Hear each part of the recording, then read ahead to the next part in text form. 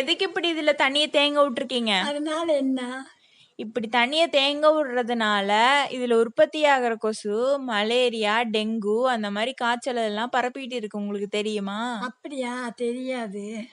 அது மட்டும் இல்லாம பிரெயின் ஈட்டிங் பாக்டீரியாஸை இது உற்பத்தி பண்ணுது. அப்படின்னு என்ன? பிரெயின் ஈட்டிங் பாக்டீரியாஸ்னா மூளையை சாப்பிடக்கூடிய பாக்டீரியாஸ் எல்லாம் இது உற்பத்தி பண்ணிட்டு இருக்கு. சரி, அதை பத்தி பார்க்கலாம் வாங்க. பிரெயின் ஈட்டிங் அமீபா, இதை மூளை உண்ணும் அமீபா அப்படின்னு சொல்லுவாங்க. இதோட சயின்டிஃபிக் நேம் என்ன அப்படின்னா நல்கீரியா ஃபவ்லரி. இது வந்துட்டு சுத்தமில்லாத நீரில் காணப்படும்.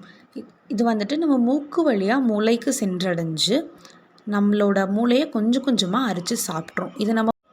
இது வந்துட்டு பாம் அப்படிங்கிற ஒரு டிசீஸை காஸ் பண்ணும் நம்ம பிரெயினில்.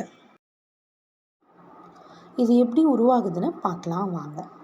இப்போது நம்ம வெப்பமான நீரில் நீந்தும் போது நம்ம மூக்குக்குள்ளே அசுத்தமான நீர் போகும்போது நம்ம மூக்கு வழியாக அந்த பாக்டீரியா ட்ராவல் ஆகி நீராக நம்ம பிரெயினை போய் அட்டாக் செய்யும்.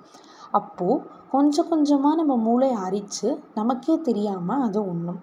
அதுக்கான சிம்டம்ஸ் என்னென்னு பார்க்கலாம். பிரெயின் ஈட்டிங் அமீபானால் தலைவலி, காய்ச்சல், கழுத்து வலி, வாந்தி, குழப்பம், நம்மளோட நினைவிழப்பு, மயக்கம், கோமா ஸ்டேஜ் இதெல்லாமே இதனால் ஆகும். இதோட மெயின் எஃபெக்ட் என்னென்னா தலைவலி பயங்கரமாக இருக்கும்.